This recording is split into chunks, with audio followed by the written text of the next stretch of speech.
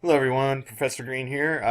We are studying assessment this week, and I just wanted to send a quick message out to you about summative and formative assessment. And sometimes it can be confusing, but just think of summative as these types of examples right here. And all I did was just go to Google and put summative assessment examples, and this popped up. It's from North Carolina, but state mandated assessments, the district benchmark or interim assessments, end of chapter or unit tests, and end of semester or quarter exams or examples.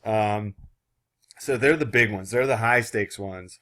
And a lot of parents confuse those with the formative assessment, which is what I've been pushing you guys towards and to focus on, because that is our major focus. I'm not saying these assessments aren't important, because they are. They're a lot. They're called high stakes, obviously, for a reason. They mean something. They mean funding. They mean job security and all that sort of thing. But it's kind of like, think of the SATs or ACTs, whatever you took.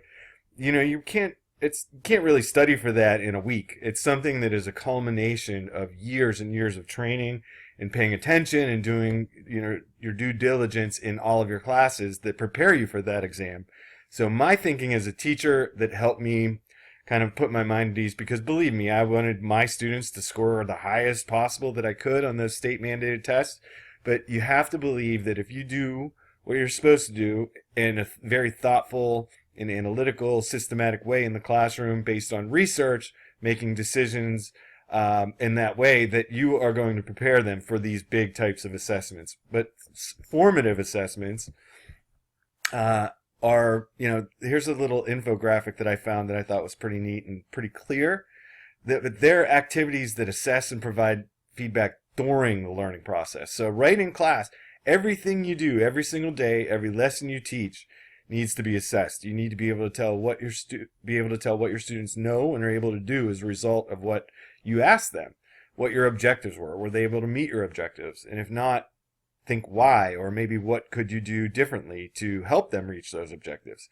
And they give examples here like visual models, verbal and written summaries, peer activities, self-assessments, which is not easy, and all of these actually require training on your part. You have to train the students how to do a self-assessment, how to work with a peer, and that means scaffolding, showing them, providing prompts, basically holding their hands all along the way to build their independence where you can let them go.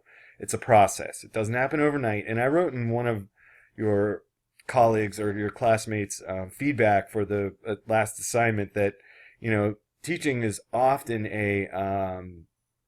has delayed gratification. You can't really see results immediately. You don't usually see results immediately, but you have to trust over time, if you keep doing the right things. And by that I mean making research-based decisions on what you teach and how you teach, that you have to believe that over time that's going to pay off, and amazingly it does. And then lists, charts, and graphic organizers. So I'll post this in our in the announcement with this, but I just wanted to tell you guys also, that I'm very proud of you and what you've done as far as planning has gone this term. And remember, the goal was growth over time, and I've seen great growth in many of you, and I really appreciate the effort that you've put into this, and I know it's not easy. And I also mentioned in a lot of the feedback that I provided recently that planning a lesson and reading it is one thing, but then actually going and delivering it is a totally different thing. Now, you may have an awesome plan, but then it doesn't always translate, which a lot of you found out based on your discussion board posts. It doesn't always pan out that way. It doesn't always go as planned, and that is totally expected, and that really doesn't change. But I can promise you that the better your plan is, the better your day is going to go, because you feel more confident. The worst days of teaching were days that I don't want to say I was unprepared, but I didn't have a really tight lesson plan and tried to just go in and maybe wing it a little bit, and it just did not go well. The days that went the best for me consistently over years were the ones where I planned, and I did that every day. So those times were few and far between whenever I wasn't completely 100% prepared, but things happen.